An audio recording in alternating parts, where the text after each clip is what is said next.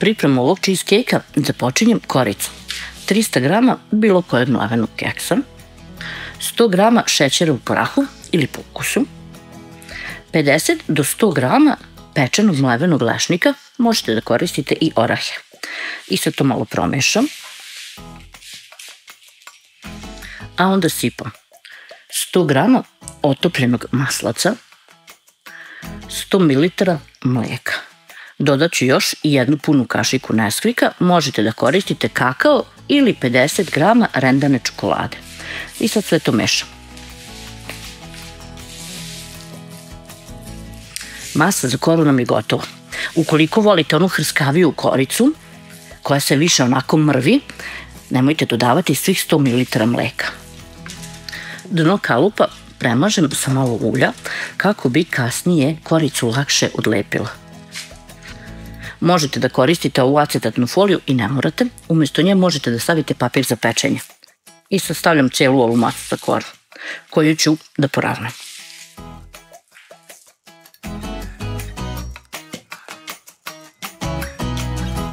Kada koru ovako poravnamo, nosimo u frižider. Prelazim na pripremu krema. Ovdje imam 500 ml biljne prethodno zaslađene slatke pavlake. Meko umućenoj slatkoj pavlaci dodajem 400 grama krem sira. Birajte krem sir koji nije prethodno osoljen i koji nije kiseo.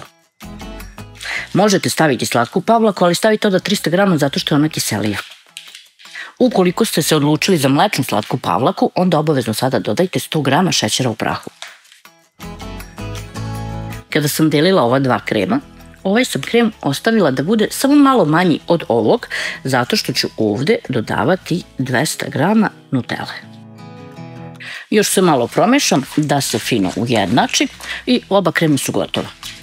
Izvadimo koru iz frižidera pa nanosimo krevule.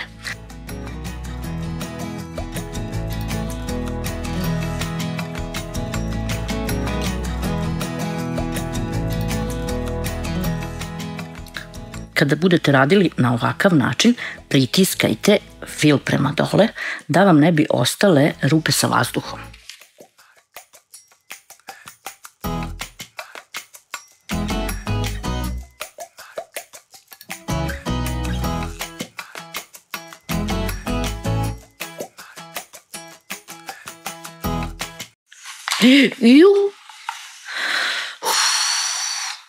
Oladila sam se. Ovako mi je već jedna torta ispala, ali na patos. Lele. Nosimo tortu da se hladi, pa ćemo staviti glazuru. Kada se torta ohladi, pravimo čokoladni ganaš.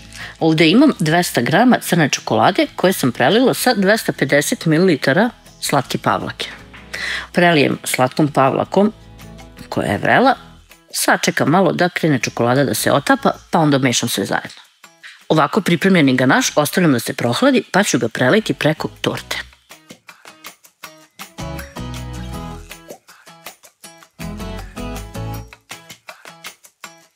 Malo prodrmam da čokolada lepše legne. Možete i da lupite jednom. I nosim ponovo u frižider.